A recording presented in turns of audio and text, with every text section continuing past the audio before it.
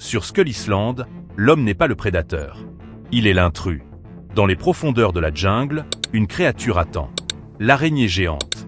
Née dans l'ombre, façonnée par la survie.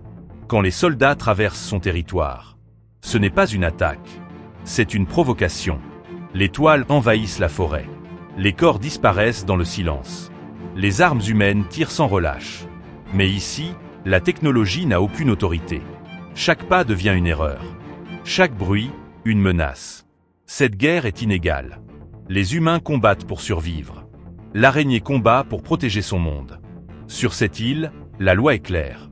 La nature ne pardonne pas. Et quand le sang coule, une vérité s'impose. Skull Island ne se conquiert pas. Elle se subit.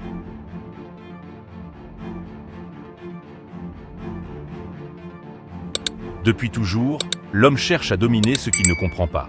Sur une île oubliée du monde, Kong, dernier roi d'une espèce ancienne, règne en silence. Il n'attaque pas. Il protège. Mais lorsque les humains débarquent, armés de machines et de peur, il ne voit pas un gardien. Il voit une menace. Bombs. Missiles. Helicopters. La guerre est déclarée. Face à la technologie humaine, Kong se dresse, seul. Blessé mais indomptable. Chaque coup qu'il porte n'est pas une attaque. C'est une réponse. Les humains pensaient contrôler la nature. Ils ont réveillé sa colère. Car Kong n'est pas le monstre. Le vrai danger, c'est l'arrogance de l'homme. Et quand la poussière retombe, une vérité reste. On ne gagne jamais une guerre contre la nature.